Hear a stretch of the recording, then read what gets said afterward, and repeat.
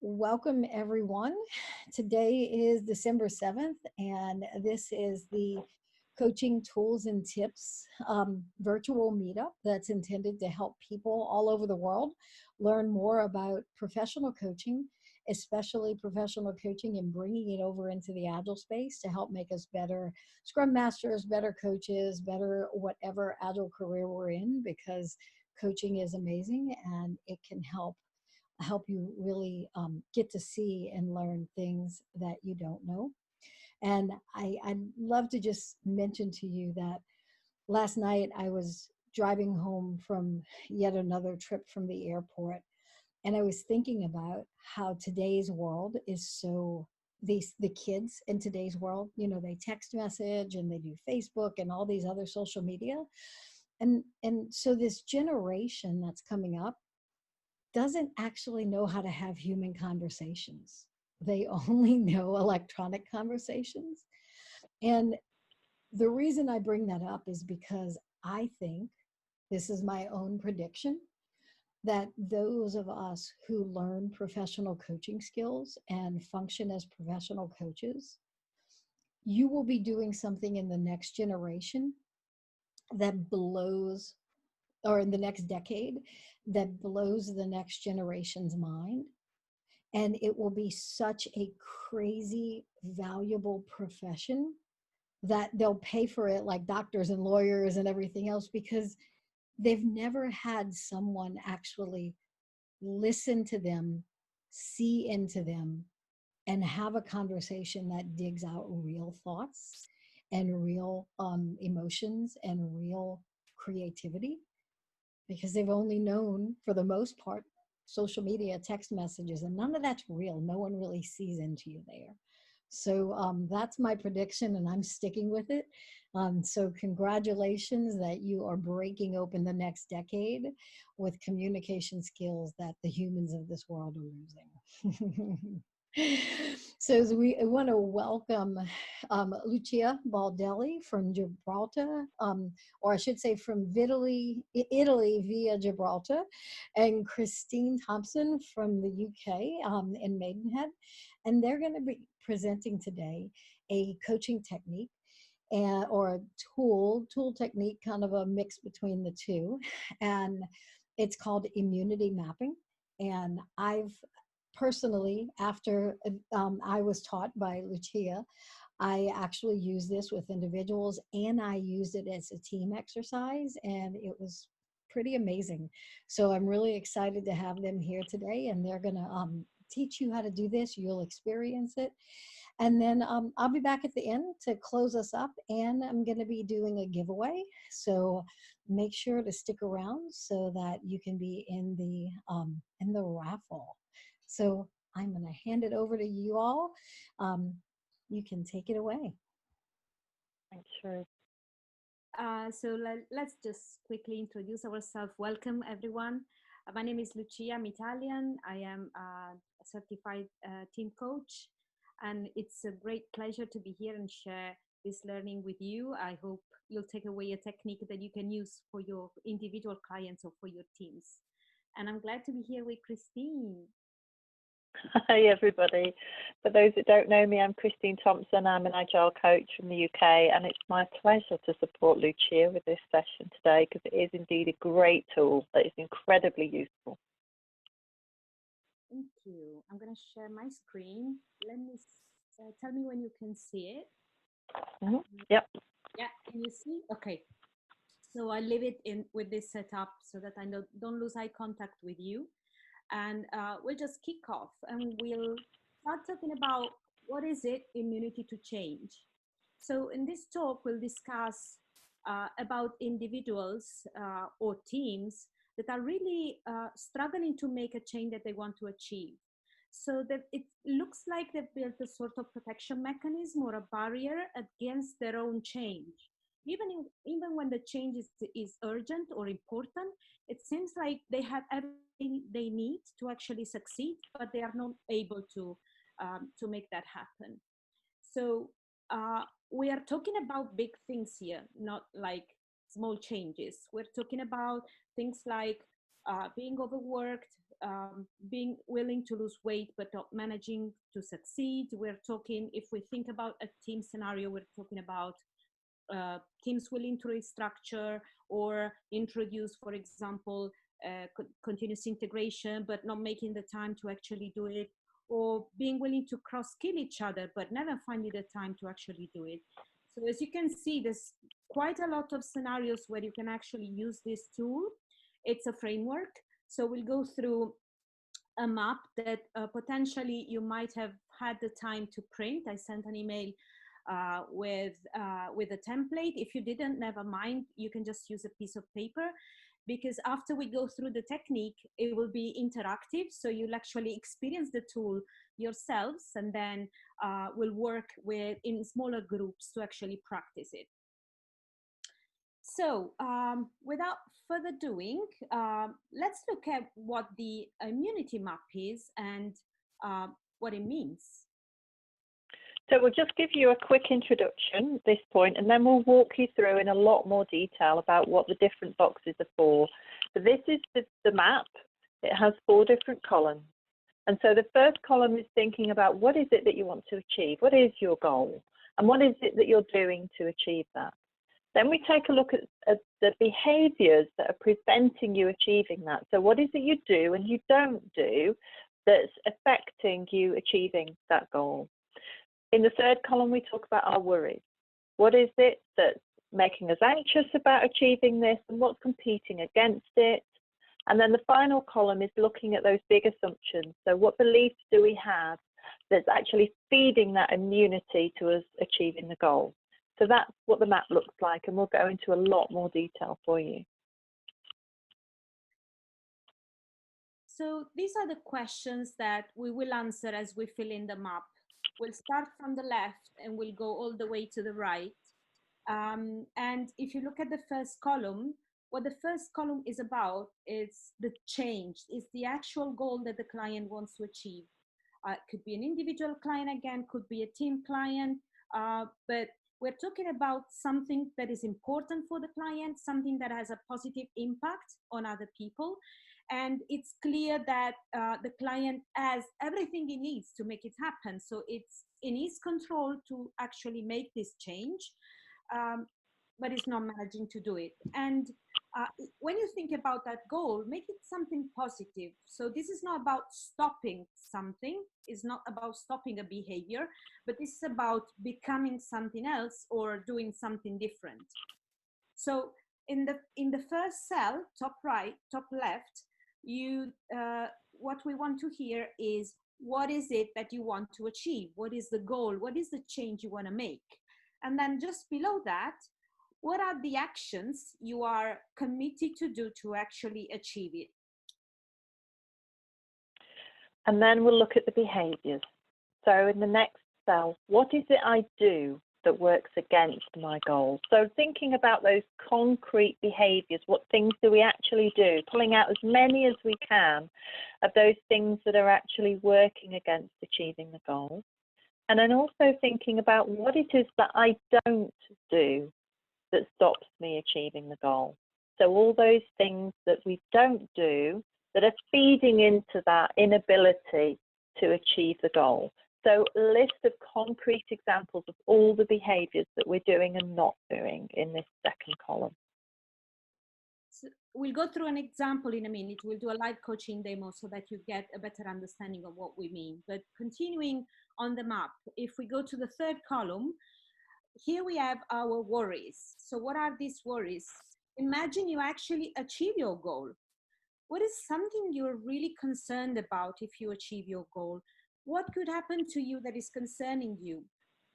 This is really important. And when you fill in this box, you have to dig a bit deeper, because these are concerns that will build competing goals, which is the box underneath.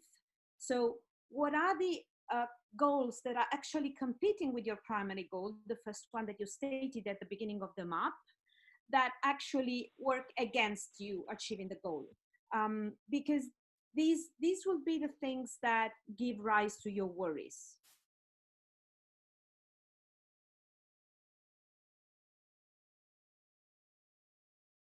Okay, and then the final section is our big assumptions. So what is it that's underlying everything that's driving this immunity? So here we're trying to complete the picture. So what is it that we fundamentally believe that's feeding that immunity? So all the things that we treat as being the truth, which may or may not be the truth when we dig into them, but those assumptions and those beliefs about things that may be, again, beneath the surface. So we're trying to dig down even deeper now and find out those things that we fundamentally assume and believe to be true that's actually creating that immunity to the change. Do we have any questions before we go for a live coaching demo? Is anything unclear about the map? Hi, I don't know if I heard correctly from the beginning. I might have missed it, but wanted to clarify if this is like a coaching model or a coaching framework that you can use when coaching. Am I correct? It is, yes. Great. So we'll demo it in a minute, and you'll see like an example of a possible application in one-on-one coaching. And then soon after the demo, we look also at a team scenario where you could actually use this tool. So the right moment to use this tool is when you see that your client is stuck, is not able to move forward. It's really, really wanting a change to happen, a change that is in his control, that he can make happen or they can actually achieve, but they're struggling to move forward. So these are the signals. Client stuck, it's in his potential and in his control to achieve the goal, but he's not managing to move forward. Any more questions before we move on?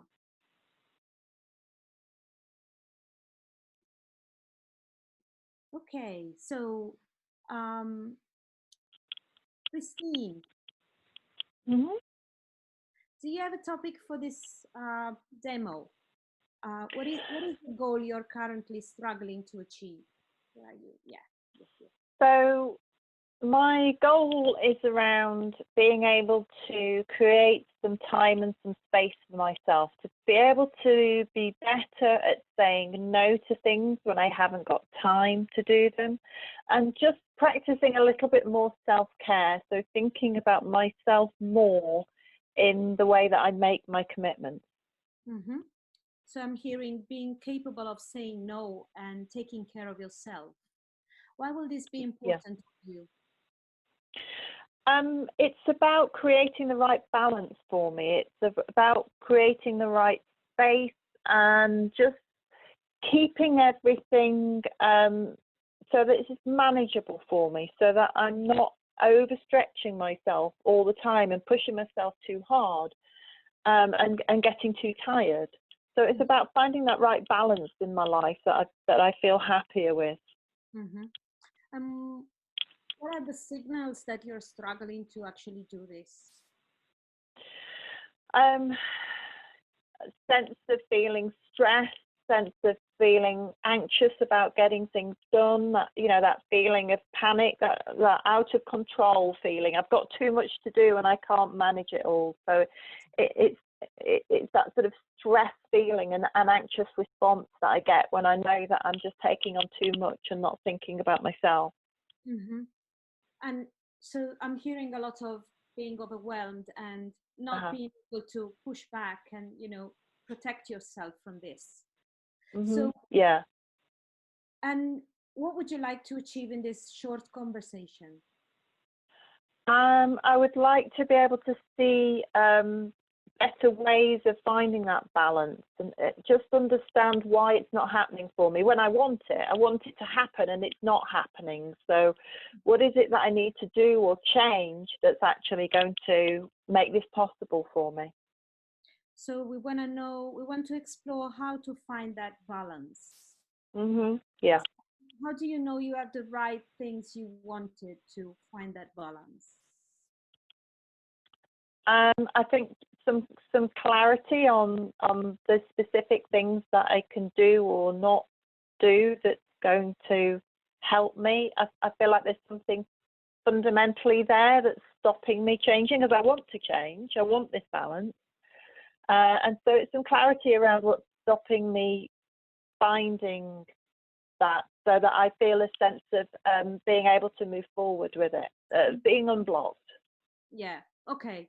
So you want to get unstuck. Yeah. Okay, cool. And let's explore a little bit deeper. What are some things you are actually committing to do to achieve that goal?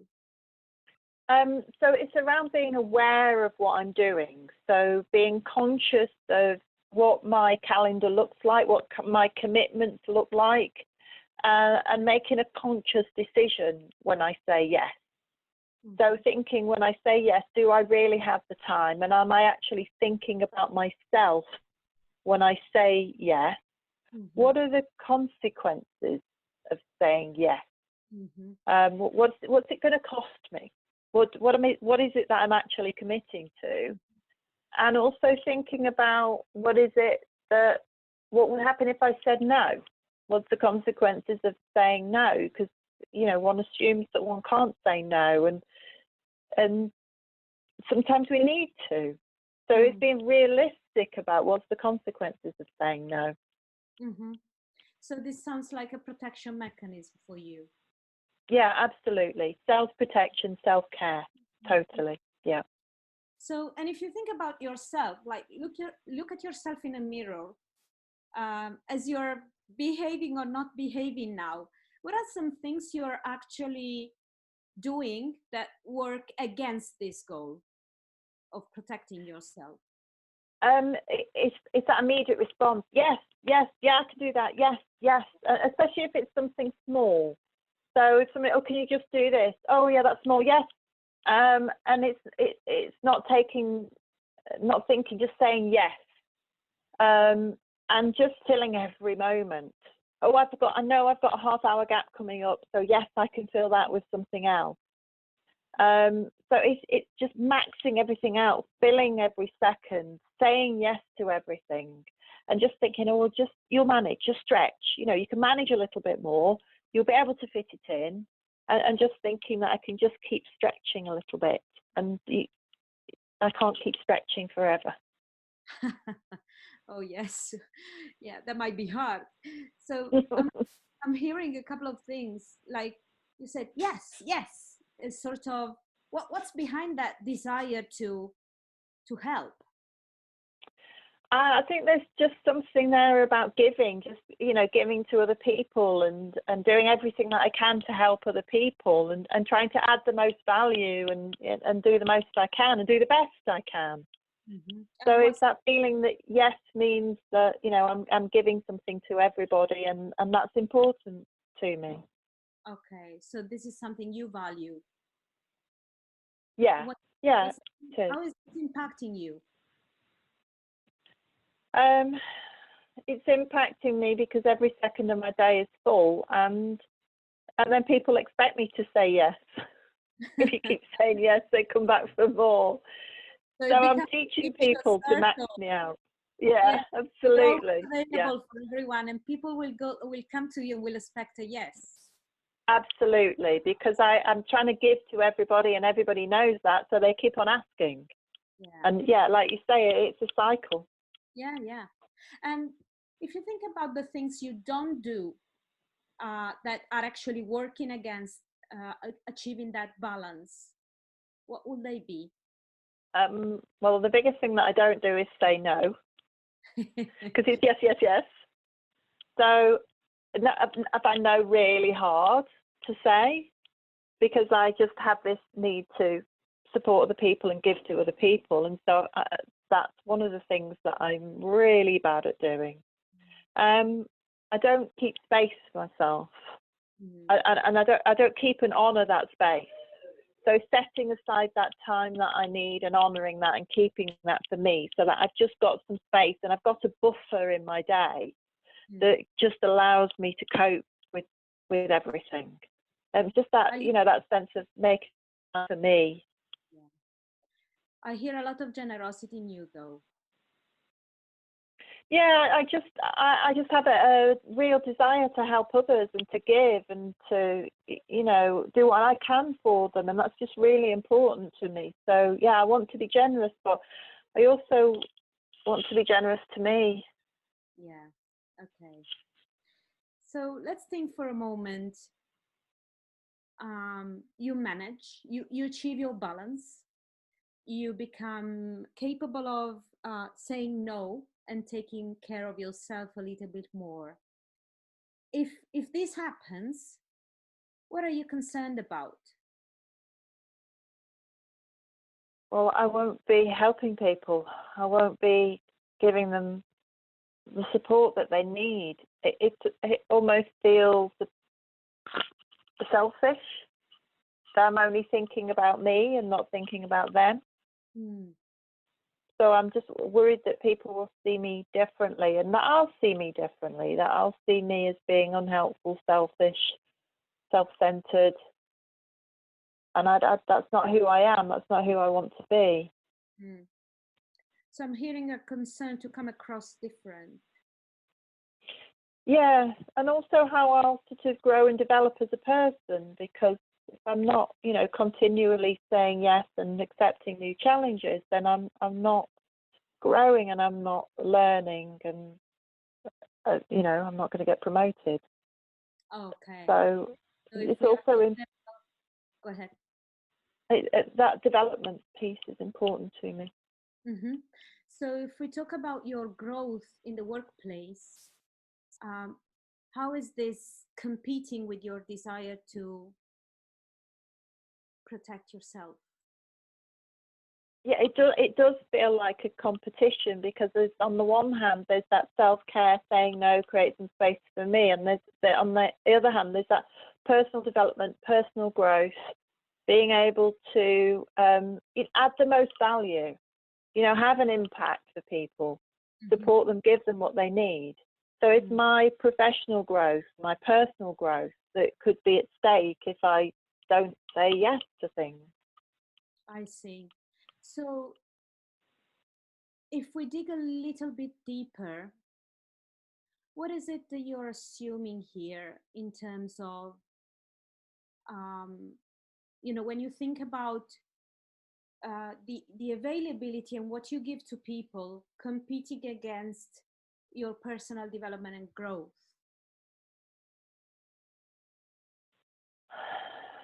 If I say no, then I'm no longer of value.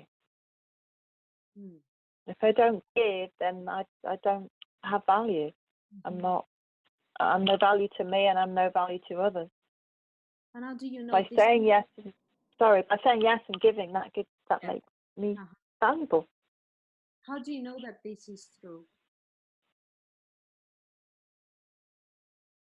Because people come and thank me. So Mm-hmm. I know that I'm giving them value, and if I don't say yes, then they won't do that, and I won't be giving them value. Mm-hmm. What else do you believe about, you know, what could happen if you take more care of yourself? Then I just won't be successful. I'm not going to stretch myself. I'm not going to learn new things, and that's just not. I want to be successful at what I do. I feel quite ambitious, and I want to be good at what I do. And saying no isn't going to make me good at what I do. Mm-hmm. Okay. So I'll cut a bit shorter for the benefit because this was just a demo. But um, if you think about the awareness you wanted to have at the end of this short conversation, what are you aware of that you didn't know before? There's a big thing there about value. Mm. There's something there about how I know that I'm giving value. And by saying yes, yes, yes, that's one way that I'm giving value. But I would like to think about how I'm actually bringing value by being able to say no and being able to have a sense of care for myself, creating the space that I need valuable things. Mm-hmm. So I feel like I need to have a look at what adding value means. Mm-hmm. And how will this impact your next steps? Because I think I'm thinking in terms only of time, and I think it will help me to also think in terms of value when I say yes or no. So rather than just saying, have I got time, also thinking about where can I add the most value, and also recognizing that time for me is valuable too. There's value in that. Mm-hmm. So I think maybe I'm looking at it through the wrong lens, looking at it through a time lens, and it perhaps the value lens would give me a better view on striking the right balance. Mm. Okay, I hope this was useful, Christine. Thanks. Thanks for sharing. Very useful. Yes, it Was supposed to be you. a demo, but it turned into supposed to be a demo, but it was really good. you. So this is an example of how this could work in an individual scenario. We'll quickly go through a team scenario, and then we'll open up for question before we actually make this work in practice, because you'll have to do some work here. You're not just listening. So this is the immunity map of a team whose goal is to increase automate the automation of releases and come up with a reliable suite of tests by increasing the coverage, completing automating tests for user stories, and automating release steps. The actions they are committing to do is to spend more time on automation and define the test coverage in user stories and all the nice things we should be doing to actually achieve CI/CD.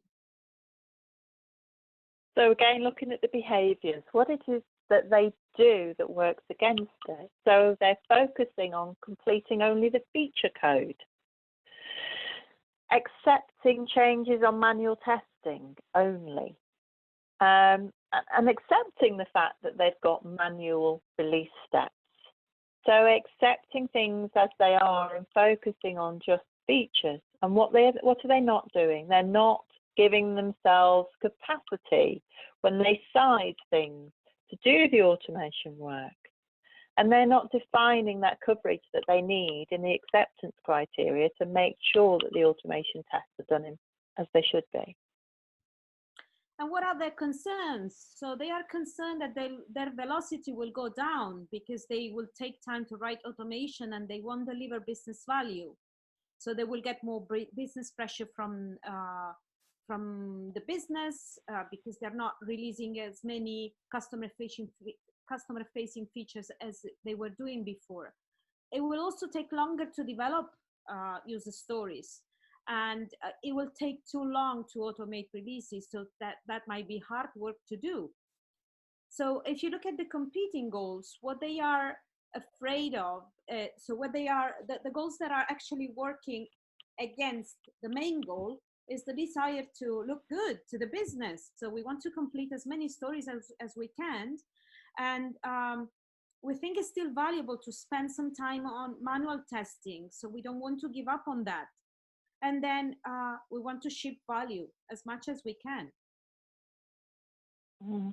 And then finally, the big assumptions that's underlying everything for them. So the assumption that business value is more important than doing these technical improvements, assuming that they can live without the automation, live with the manual releases, assuming it's going to actually slow them down and that they won't be able to show enough value from what they're doing. And all of those things are underpinning that immunity to that change.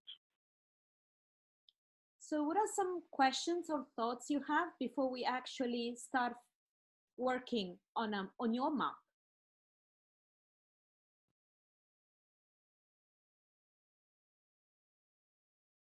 Hey, this is Scott. I'm real curious about the team scenario. So would you typically do this through a series of kind of team facilitation type meetings where you would come in and maybe you wouldn't accomplish all these within one period of time, or do you usually do it in one session?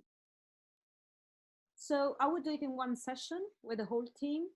Could be part of a retro, for example, Hmm. because they they're stuck, they're not managing to increase their automation, and we want to dig deeper and understand why this is not happening. So you can do this as a brainstorming, you know, why is this not happening? What is it? Come up with a shared understanding of what the goal is and what we're doing against that goal. What are we concerned about? What are some things that work, some other goals we have that work against this primary one, and which one is more important? You can do it as in one session. Yeah, might take 1 hour, 2 hours. And then what's kind of the follow-up after this? Like, as I'm looking at your slide here, actions to achieve it. Do you then have them kind of prioritize that list and kind of develop more of a detailed plan of how they're going to move forward with each of those? So the heart of the technique is to uncover the assumptions and the beliefs that actually feed into creating competing goals, which are supported by the worries the team has. So we want to uncover those and work on those to actually validate them. Are they true? Are they not true? What's really important for you? And we want to make sure that they understand how they build their own mechanism to that change, so that they can work on that intentionally. Anything to add, Christine? Yeah, I was just going to say, it's about creating that awareness, isn't it? It's about the whole team becoming aware of what it is that they're doing. And it strikes me, as Lucia mentions retrospectives, that we see things appearing regularly on retrospectives and the team just aren't moving them forward. So that's a good time to come in and show them what it is that is actually going on for them, so that they can then have a think about what it is that they've discovered. Good, thank you. And the common theme that I've seen with this using this technique with clients is they realize is that awareness piece that Christina mentioned. When they put it black on white, they have it there. So this is the support mechanism that is killing their change. It's the castle of immunity, yeah, is built here. And the deeper we dive, the more we get to, you know, the roots. We uncover assumptions. We uncover, you know, things that the team believes that are actually, you know, the immunity to that change.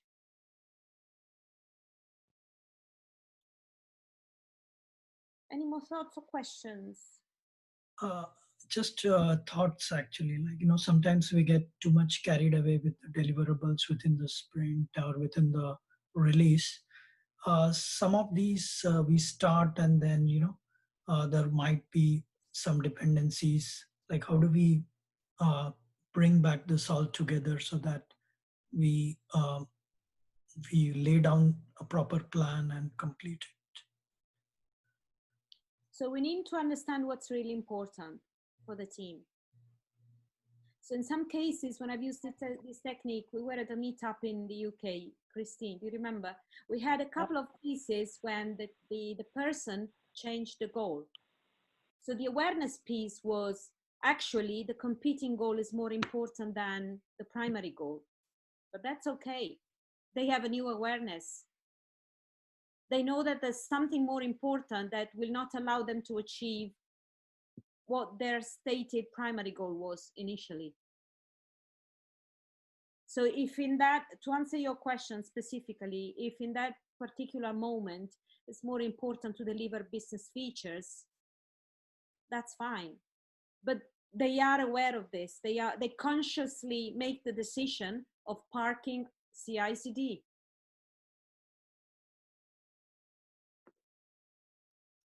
Yeah. What does your working agreement look like? Do you do it like a group coaching agreement when you run this, as if it's a group coaching, or do you jump right into it and you laid out the questions in advance that you're going to work kind of more like in a retro style? So my personal answer, I'd be happy to hear about Christine. So I always ask for permission.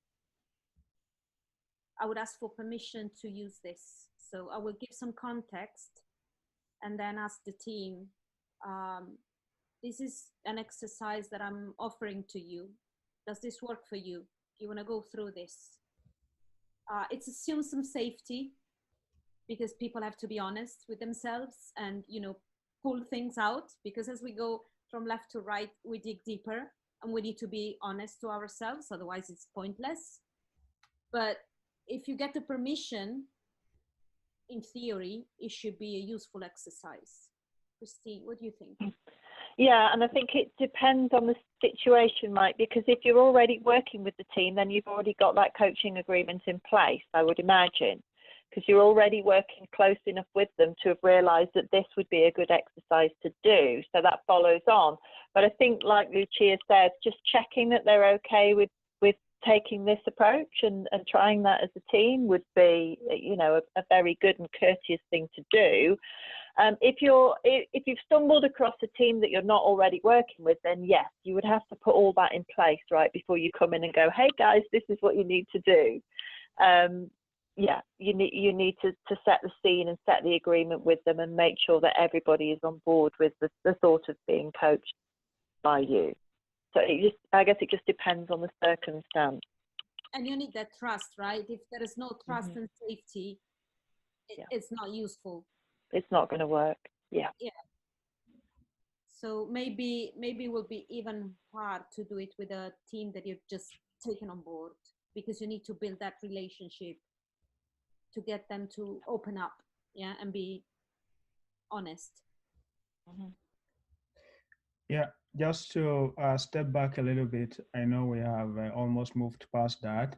So at the end of this, we created this new awareness. So is the expectation that with the new awareness, the team or the individual can go ahead and draw up what the action plan could be? Because that's not here based on what you explained earlier.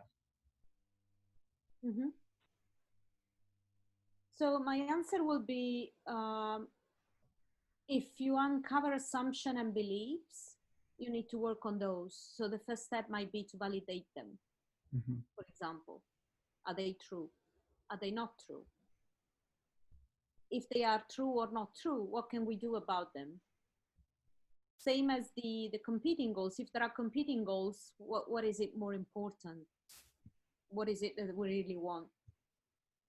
So with this new awareness, do we still want the team goal, the one that we initially stated, or do we want something else?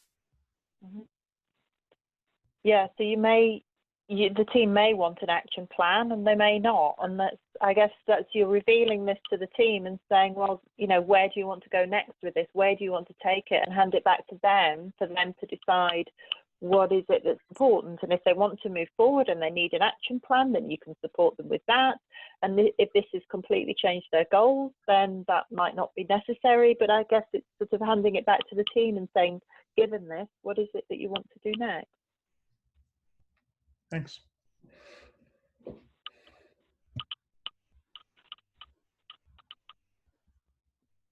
Are we good?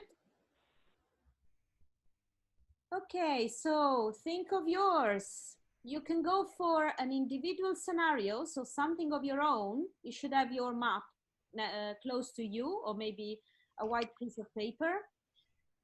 We'll give you maybe 30 seconds to think about one big thing that will make the difference for you. So it could be, if it's individual, it's something that will impact in a positive way you or the people around you, that it's in your control to change. And it's positive. It's not about stopping, but it's about starting a new behavior, a new way of thinking, yeah, a new you.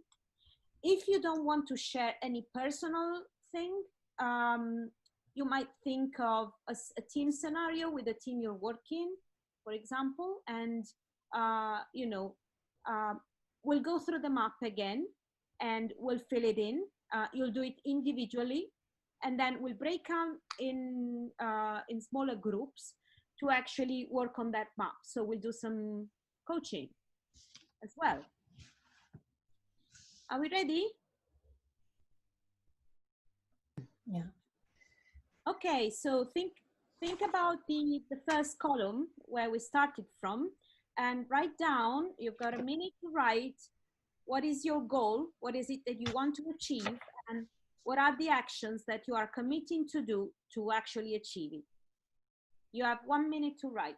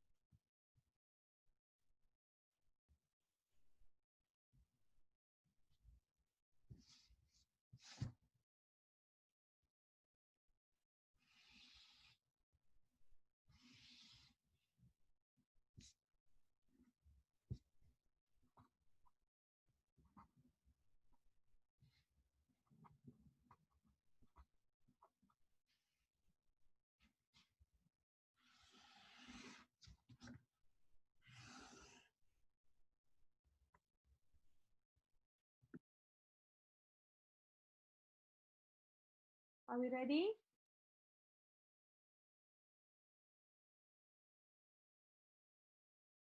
Thumbs up from that. Okay. So let's move on and have a think about the behaviours. So what is it that you do that works against it? And what is it that you don't do that works against your goal? So take a minute to have a think about those.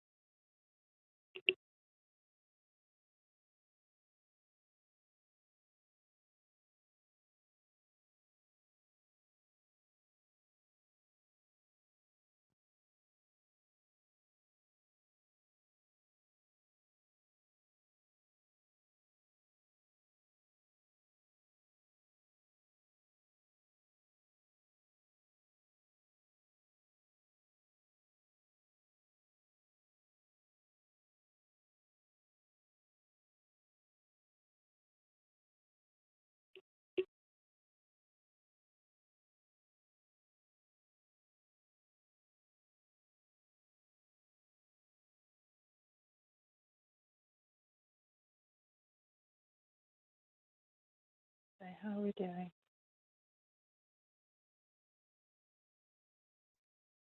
Okay, column number 3. So these are your worries. If you achieve your goal, what is it that is concerning you?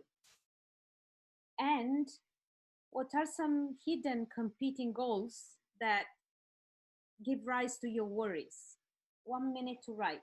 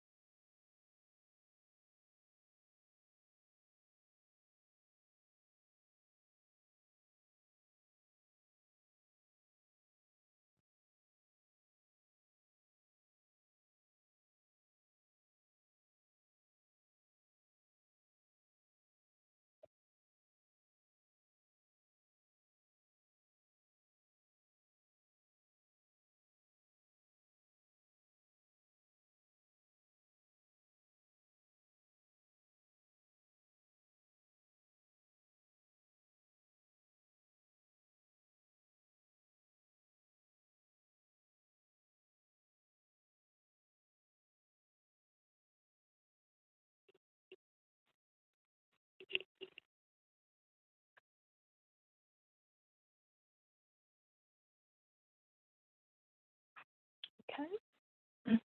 Moving on to the last one then. Have a think about your big assumptions. So those underlying assumptions and beliefs that are feeding that immunity to change.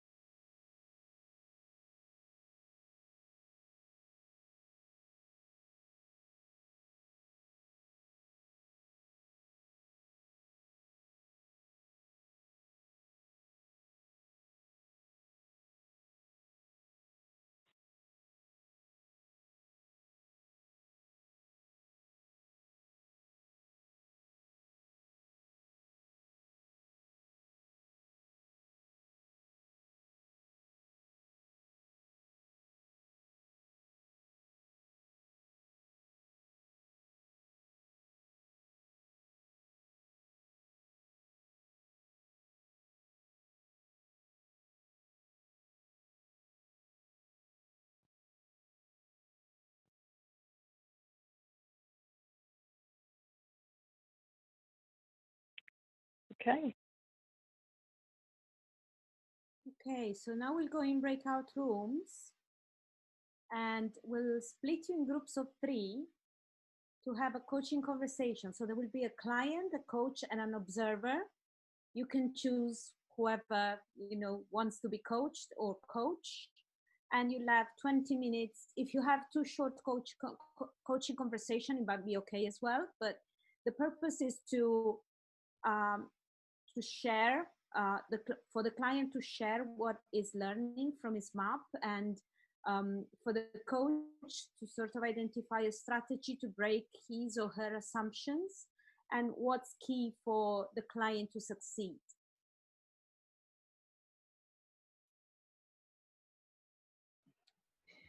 Okay, just one very quick caveat here. Looks like we have, I'm going to have 4 people in each room because we don't have enough to have the third room with 3 people. So just a caveat for you. So is there any change in instruction? Lucia, you'll be in one room, and Christine, you'll be in the other. So if y'all need to change instructions on the fly, you'll be able to do that. I'm going to sit out in the main room so that if anybody doesn't get connected, I can try to get them in.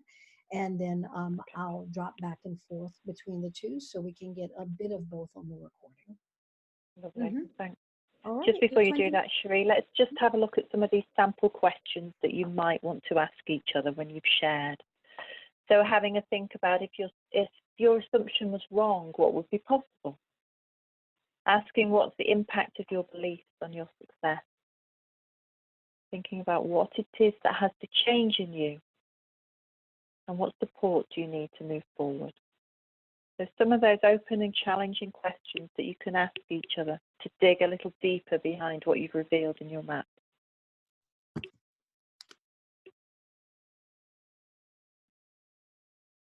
I pasted the questions in the chat, so we're good to go.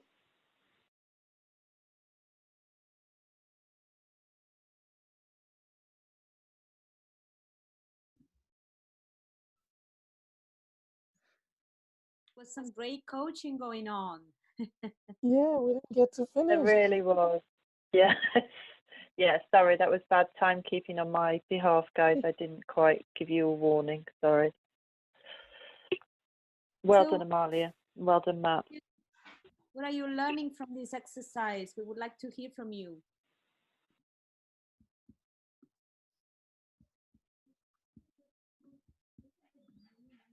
We need not go to the doctor. Do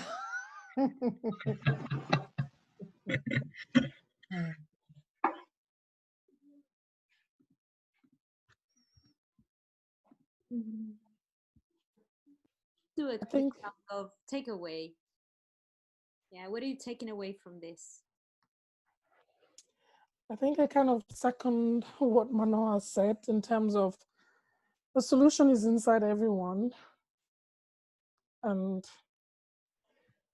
I was a coachee, and I realized that as a coach, it's important how or rather how you get the coachee engaged to think about the solutions themselves. That's a takeaway for me. Yeah, for me, this is a structured way of actually getting to that core beliefs and assumptions that the coachee may have coming into the session. So just being able to go through this and bring up those assumptions, and with the new knowledge, with the new learnings, the coachee planning an action forward, either to validate these assumptions or they are actually true, and then what needs to happen. This tool provides that structured way of getting there. Definitely, thanks.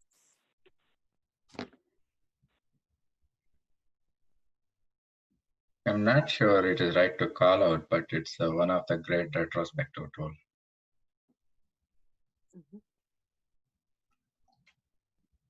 I think a lot of new things get covered up which we never imagined or never thought about when we go through these exercises. And something we never thought of, that really helps us to add one more value to the wherever we eat. Yes, can be revealing. So, but we don't take the credits for this amazing technique. If you want more information, can you see my screen? Yes? Yeah. Mm-hmm. Yeah. If you want more information, you can find the detailed description with loads of examples in this book. And it's a great read, so feel free to get a bit deeper with the knowledge.